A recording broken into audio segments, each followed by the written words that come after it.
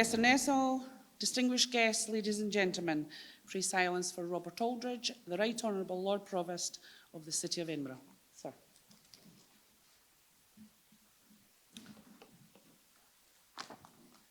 Well, good evening, everyone, and welcome to those both here and those who are on screen to the 37th Edinburgh Medal ceremony being held here in the City Chambers of the City of Edinburgh Council.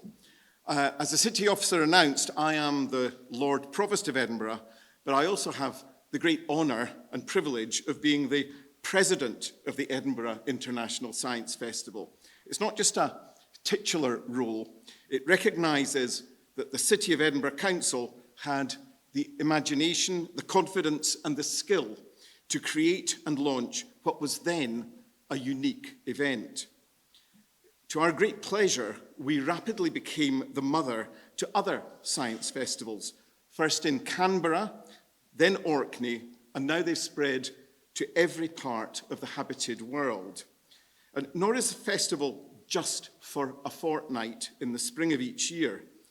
For 6 months of the year, we tour primary schools in Scotland, working closely with teachers, seeing tens of thousands of pupils.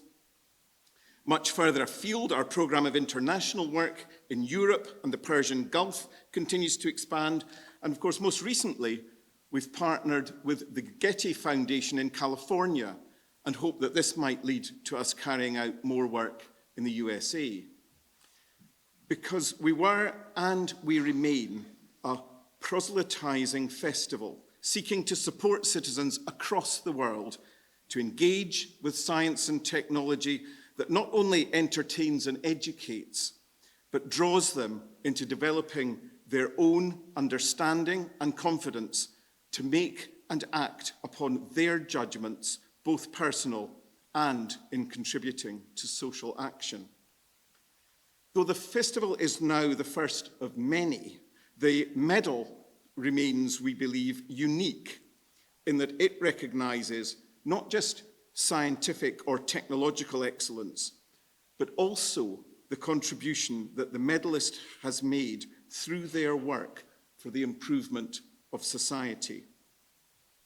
When last year's festival took place, it was just shortly after Russia had invaded Ukraine, an appalling invasion, something that came as a shock to most people in the world, including governments. But there are other catastrophes that do not commence with immediate destruction and death, that slip up upon us unannounced, bit by bit, so that by the time we realise that something is wrong, it's wreaking severe damage, though now it appears normal and in the nature of things. Worse, there is substantial capital invested in these processes that has enormous influence and even power over governments and works consistently to protect its interests, even though they are against the public interest. The linked climate and biodiversity crises are examples, and the festival has worked hard to engage practically with these issues in lectures, in debates and discussions, such as those led by Patricia Espinosa, the recent retired Secretary of the United Nations Framework Convention on Climate Change, at this year's festival. This year's medalist pioneered work on another worldwide insidious danger to individual and social health. People like her are, to coin a phrase, worth their weight in gold. I've got bad news for Professor Nestle. We do not have the gold to award to her this evening, but we do have a silver medal that she more than justly deserves. So I would now like to pass on to Professor Tim Lang to deliver the oration. Professor Lang. Thank you.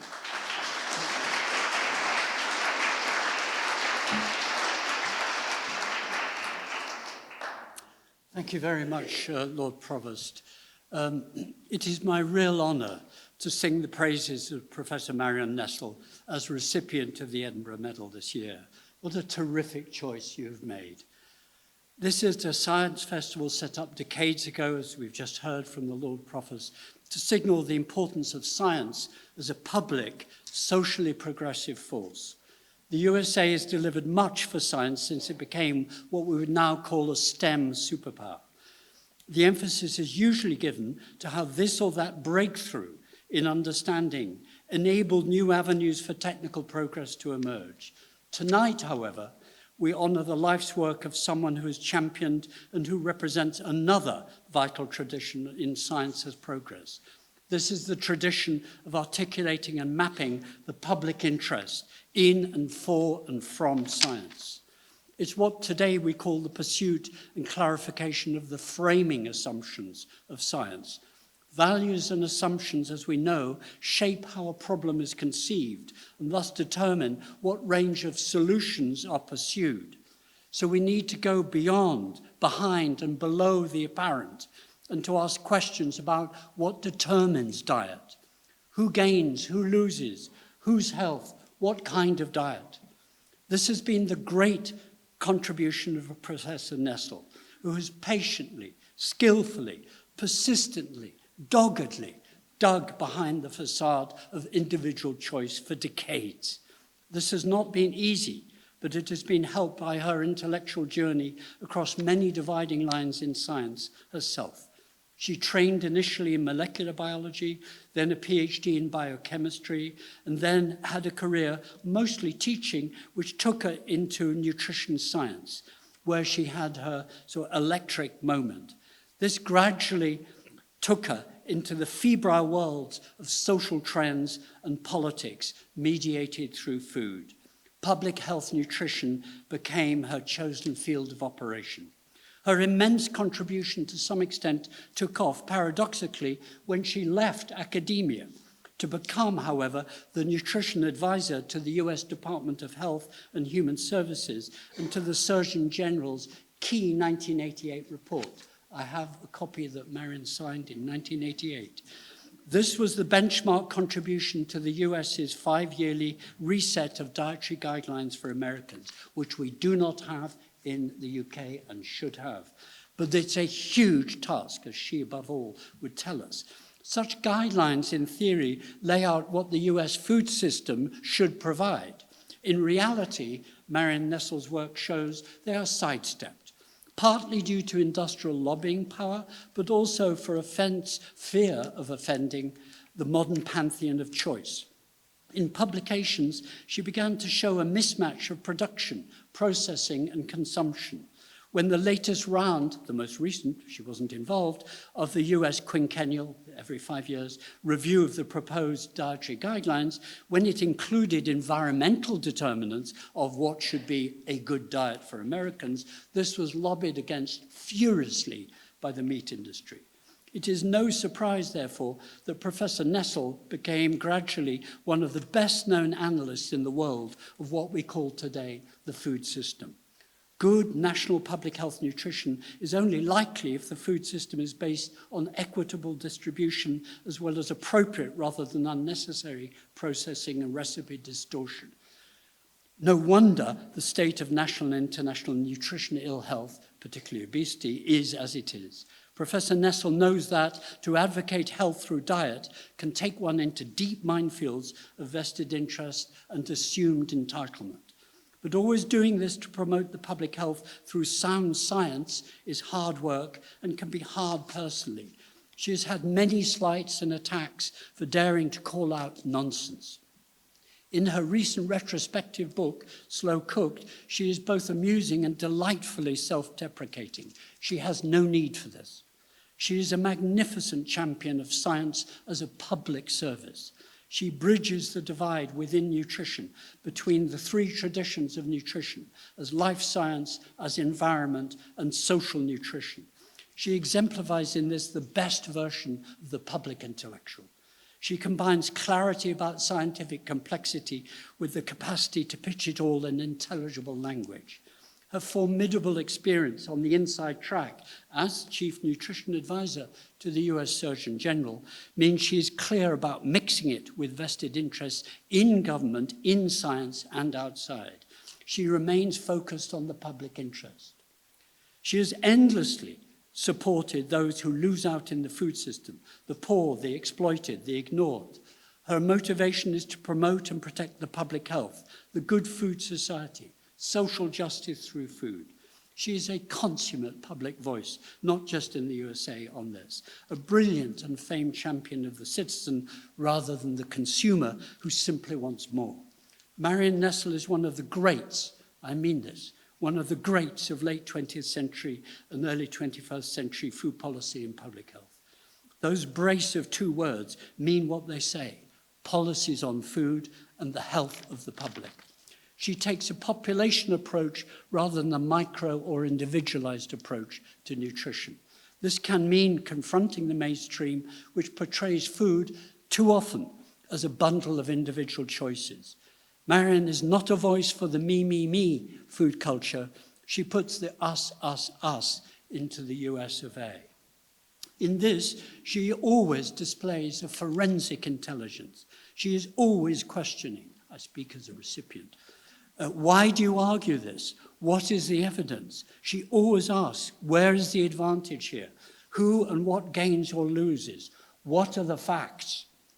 That imperative made her both a great public voice for nutrition and at times highly unpopular with particular US and large food corporations. She punctured, and this is the point I'm making, she punctured their sense of entitlement, the right to sell junk to the masses in protection of the public interest.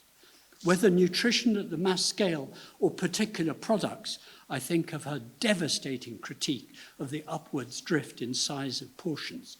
She manages to juggle both the short term, what happens if we eat this stuff now, and the long term, where will be the greatest impact on population health if we do. It is my great honor to recommend Professor Marion Nestle for the Edinburgh Medal 2023, a role model for the role of the public scientist. Thank you.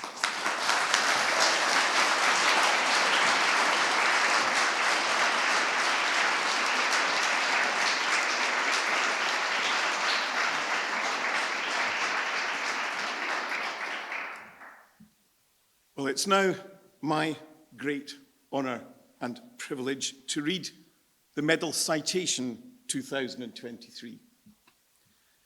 The Edinburgh Medal has been instituted by the City of Edinburgh Council to honour those who through science and technology have made a significant contribution to the understanding and well-being of humanity. The Edinburgh Medal for 2023 is awarded to Marion Nestle in recognition of her central role in establishing the discipline of nutritional science and especially for her exemplary application of the essential principle of conducting research independent of both government and business, to which she has constantly and courageously adhered. Might I present you with both the citation and the medal? This is the big moment. Chat amongst yourselves.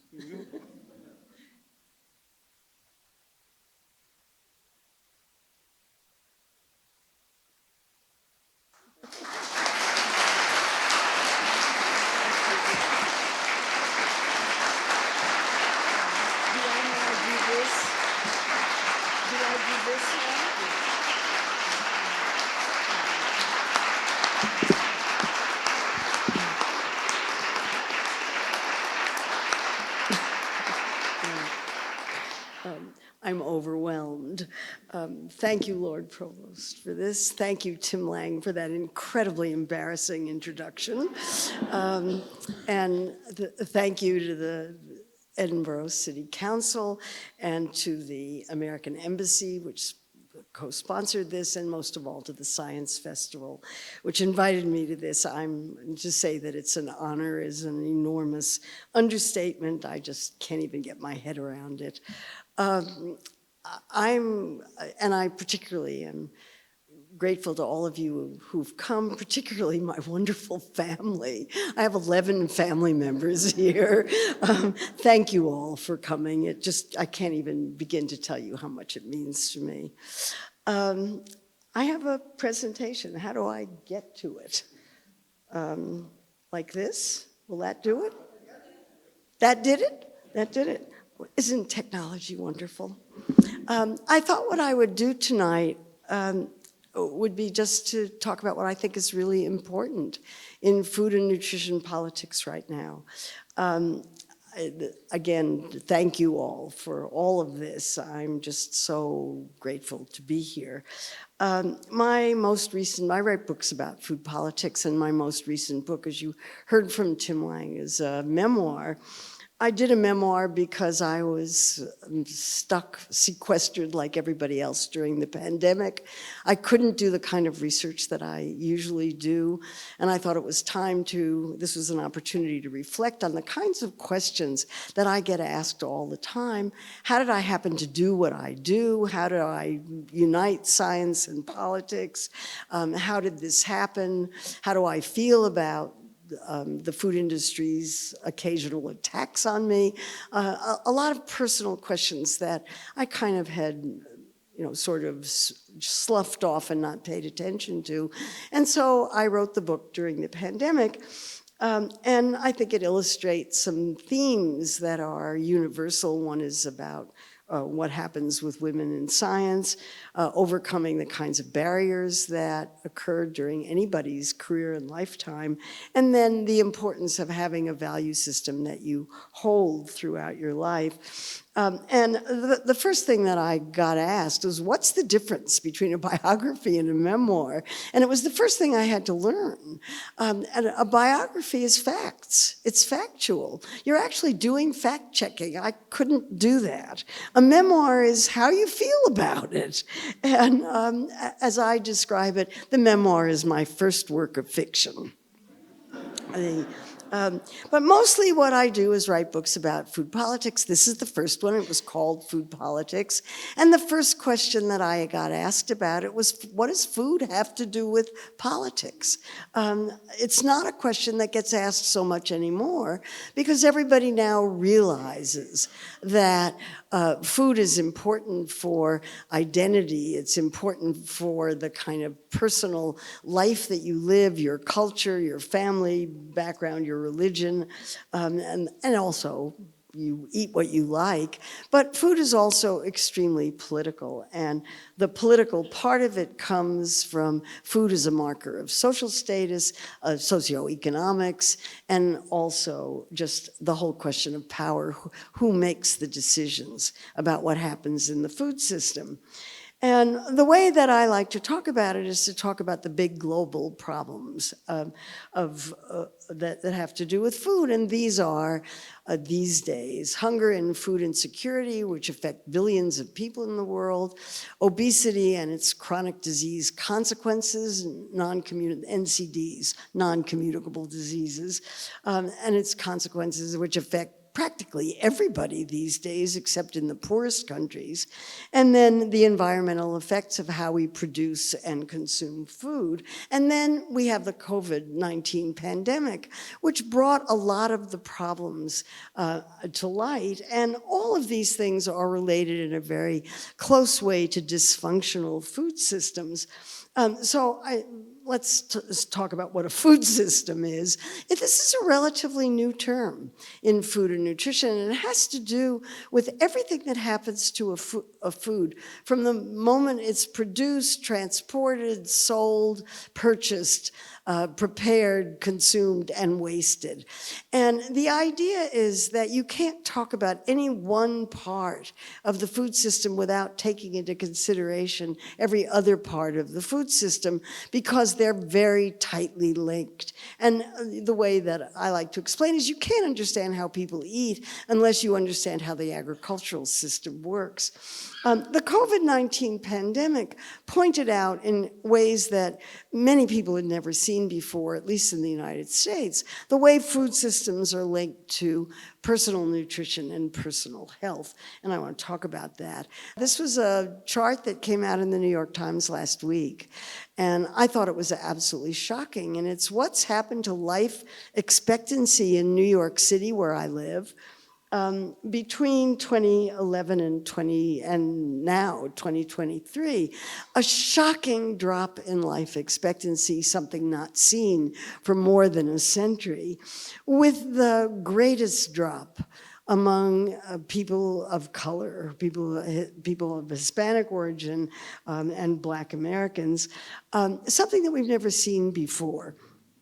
And what this highlighted was what we in public health like to call social determinants of health, which have to do with socioeconomic status, discrimination, food, of course, access to health care, the amount of education that you have, the amount of money you have, the kind of neighborhood that you live in.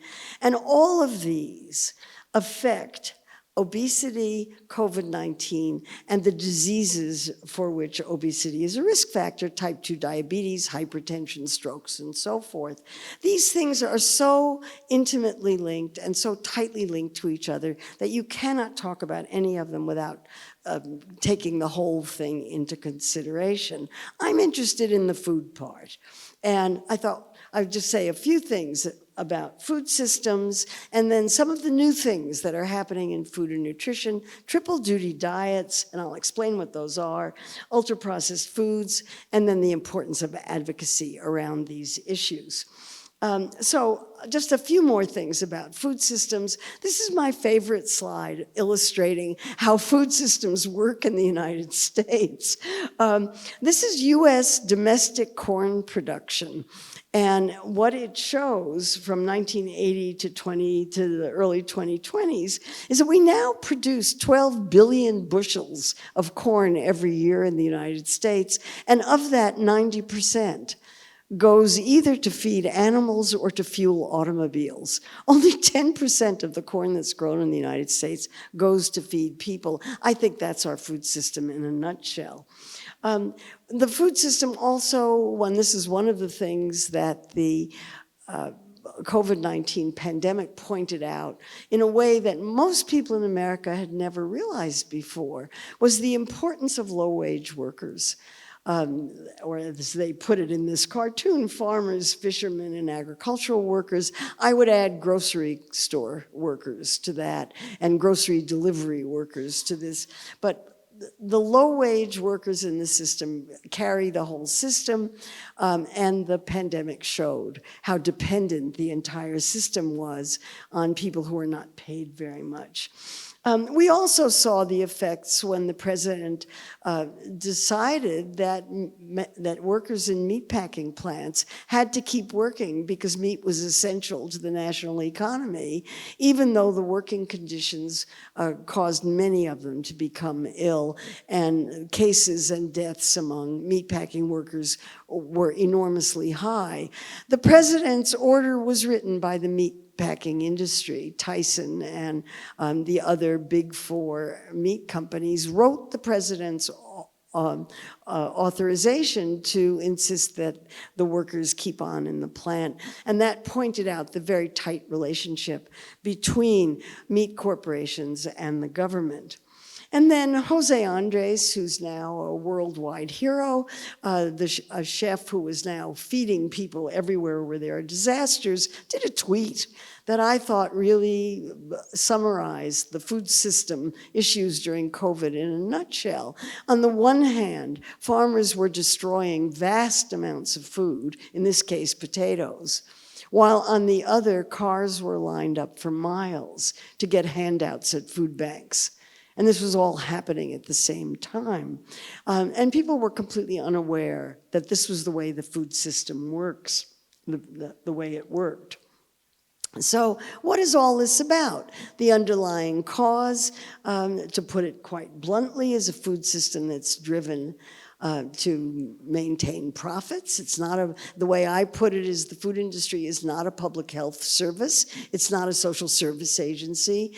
Food companies are businesses who have stockholders as their first priority. And once you understand that and understand that that's the way the food system works, a lot of what goes on in it begins to make much more sense. Okay, triple duty policies. I first heard this term when two reports came out in in the journal The Lancet in the early 2019.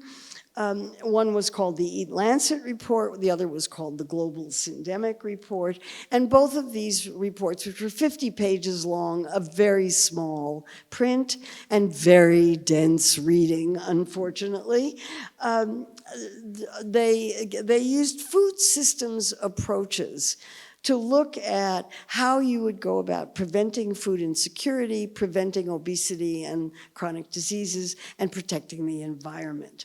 And the Lancet report, which came out first, asked the question, how do you feed a world that's going to have 10 billion people in it without destroying the planet in the process? And the diet that they came up with had 50% less meat than is consumed in industrialized countries and 100% more plants. So twice as many plants and half as much meat.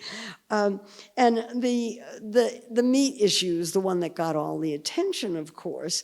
And they were basing that on an extraordinary amount of evidence that demonstrates that animal-based foods have a much, particularly beef, have a much higher effect on greenhouse gas production. They produce much more greenhouse gas than do plant-based foods.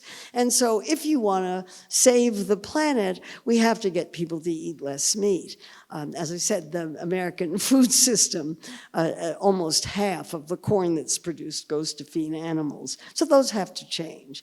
And so the triple duty dietary advice is shown here. If you reduced red meat consumption, you would have healthier diets for prevention of diseases for which meat is a risk factor. You'd have more land available for sustainable agriculture, and you would lower greenhouse gas emissions. Triple duty effects from one dietary change. The Global Syndemic Report came out a week later, and it was largely ignored. And I think that was because the Eat Lancet report was very controversial, and this came out in the wake of it. But I think it's one of the most important reports ever written because it took a political approach to looking at the same kinds of issues, triple duty actions to prevent hunger, obesity, and climate change. And their analysis said that the whole cause of the food system that we have now is a consumptogenic economic system, which I guess was their polite word for capitalism. They didn't want to use the word capitalism for some reason. And these are systems that prioritize corporate economic power. And really give the priority to corporations, that promote privatization of what used to be public goods, externalize the health and environmental costs of the food production system, and neglect the risks of giving corporations that much power. And the reason they said that this kind of system is allowed to exist has to do with policy inertia. And policy inertia, they said, was due to weak governments that are captured by corporations, powerful food industry opposition to public health measures, and weak civic demand for change. So if you're going to do something about this, you've got to either have stronger and more public health-oriented governments, you've got to do something to curb the food industry, and you have to get civil society to take stronger advocacy. And what they said was, in order to get this, you would have to have a transformative social movement. They were really calling for a social movement to change this in order to overcome the policy inertia that they documented. And they had a roadmap for food industry regulation. I was astounded to see this. I had never seen this in a major medical journal before. But their advice was that governments ought to stop corporations from having subsidies and tax breaks and conflicts of interest. They should require corporations to pay the externalized costs of health and environment. Corporations had to stay out of public policy. They should not be at the table when public policy is being discussed. They should disclose their political donations. That's a huge issue in the United States. And corporations should be held accountable. I thought that was kind of amazing. And here's how the triple duty would work. If you restricted commercial influences, you would have reduced opposition to food policies, you'd have reduced corruption, and you'd be able to reduce poverty more easily, and you would reduce the opposition to doing something about climate change. I thought a very, very important political analysis. Okay, the next thing is ultra-processed foods. Again, a new concept in food and nutrition. It's a term that was created just in 2009 by Carlos Monteiro and his colleagues at the University of Sao Paulo in Brazil. And what they did was to divide all kinds of foods and food ingredients into 4 categories. They called it the NOVA classification, which doesn't mean anything. It's just NOVA. And the first 3 categories were fresh and minimally processed foods, then culinary ingredients. The 3rd category was processed foods, and the 4th was ultra-processed foods. Ultra-processed foods, a specific category of foods that are defined as foods that are industrially produced, have no evident relationship to the foods from which they came from, are full of additives, flavor, texture, whatever additives, and as an operational definition, they can't be made in home kitchens because you don't have the machinery or you don't have the ingredients. And they also have a lot of added salt, sugar, and fat, but salt, sugar, and fat are culinary ingredients, and they don't count as ultra-processed on their own. The point about this was that the ability to define ultra-processed meant that research was possible. And since 2009, roughly 1,500 studies have been done that have looked at ultra-processed foods and health. Oh, let me just give you this. Just to make it easy to see what the difference is between those categories, minimally processed is corn on the cob, processed foods are canned corn, those are foods, and Doritos are ultra-processed. You can't make those in your home kitchen. So there's been just an enormous amount of research demonstrating that people who eat a lot of their diet as ultra-processed foods have, and this has been shown in now 14 systematic reviews and meta-analyses since 2009, have an increased risk of obesity, type 2 diabetes, heart disease, stroke, and so forth, and also of increased mortality. Now, these are correlational studies. Association is not causation necessarily. But what is really remarkable is that there's other kind of research that I'll show you in a second. But let me just say that the reason why, to introduce that research, why 20th century capitalism loves ultra-processed foods is that they're really profitable for the people who make them and sell them. You can buy the ingredients cheaply, you can store them, and then they have this modern aura. You can ship them all over the world. Everybody loves them. People love the way they taste, and they have this wonderful Western aura. And I put addictive in quotation marks because I'm not sure the word addiction is exactly the right word for this, but there is no question that these foods are irresistible. And there was even this ad for potato chips some years ago, bet you can't eat just one.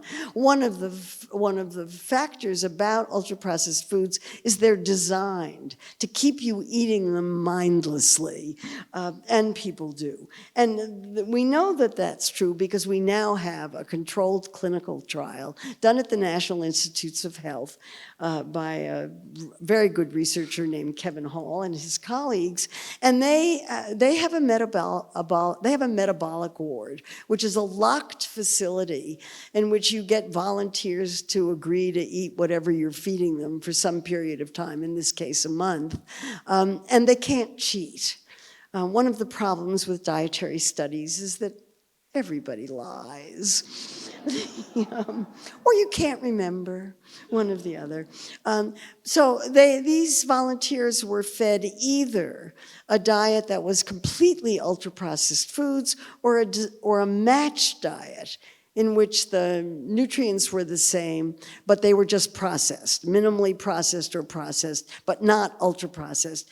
And to the surprise of the investigators, because they really were not expecting this, the people who were eating the ultra-processed diet ate 500 calories more a day than they did when they were eating the relatively unprocessed diet.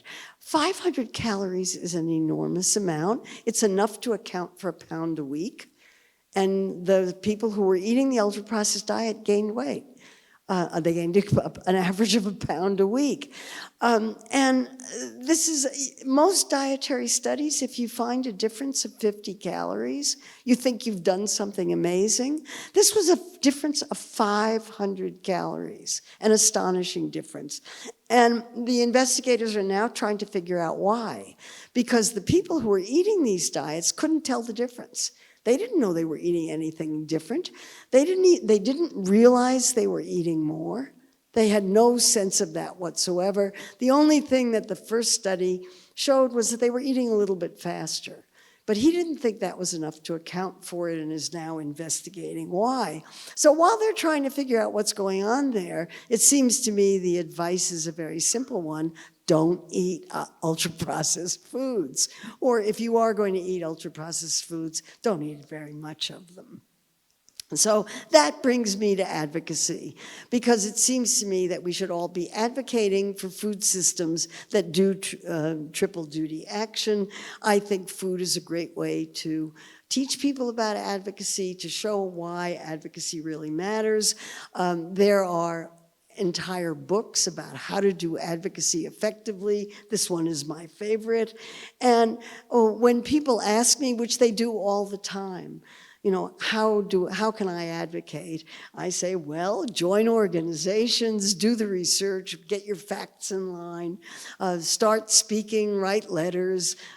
When students ask me what they should do to advocate for better food systems, I say, run for office. Run for office. So I'll close by saying that I'm very excited to be in Scotland. I was just thrilled beyond belief to discover that Scotland is working on a plan for food for the nation. It's coming rather slowly, though. And I thought it was very impressive that the plan that is required by legislation here is going to do all the things that I've listed here. It's going to deal with all of the major issues that food is involved in. And I was also very excited to discover that there are lots and lots and lots of advocacy organizations in Edinburgh that are working on these issues. I met some of the representatives of those organizations yesterday. They're doing fabulous work. And their job is to make sure that the government does a plan that's really good. So you have your work cut out for you. Go do it. And in the meantime, I'll thank you very, very much for this extraordinary honor. I'm just really overwhelmed. Thank you.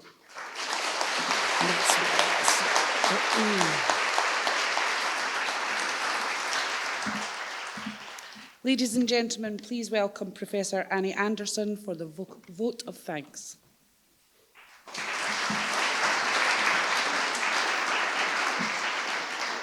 Good evening. Firstly, thank you to everyone who's here. It's fantastic to see so many people interested in food. And if there's one person that can really stimulate that interest, it's Marion. So thank you to you. Thank you to Edinburgh City Council and Edinburgh Science Festival for their great inspiration to bring Marion here to Scotland and for the award of the medal. It's absolutely wonderful. We've been fortunate to hear a magnificent presentation about the complexity and the challenges of a dysfunctional food system. And here's some thoughts, what we can do about it too. And I think it's really important that we heed and listen very carefully and go away thinking what we might do in terms of advocacy, because each of us has a role there. Marion, thank you for your insightful words about a world that's often hidden, clouded, shadowed from vision. Thank you for explaining about ultra-processed food. Thank you for highlighting current issues about mortality. I mean, staggering figures that you've presented about things that have happened during COVID. Meat packers, did we know that? Have we really had an insight into the world out there of how food is produced and how it impacts on our health overall? We cannot ignore the power of agriculture, of production, of processing, particularly ultra-food processing, of retailing, of marketing, and how they shape our beliefs, our attitudes, our purchase, and our consumption. So being aware is a really, really important stage of changing what we do and hopefully how our communities behave too. Marion, you've worked tirelessly on a subject fundamental to ways of life and indeed ways of death as well. You've accepted a challenge that many of us have shied away from. You've stood up and said it loud. You've taken flack for it, and still you keep going. Yeah, absolutely wonderful role model for us all. And it's been great after reading your book, The Politics of Food. I think many of us in this room will have read and been inspired by, and it's been wonderful to hear you tonight talk more about this in your very own personal and wonderful way. Many of the things you've said I've been fascinated by. The triple duty action, how we must know this. Climate change, hunger, malnutrition, obesity, it's out there. And triple duty policies are certainly needed. Delighted to hear you talk about Scotland's Good Food Nation.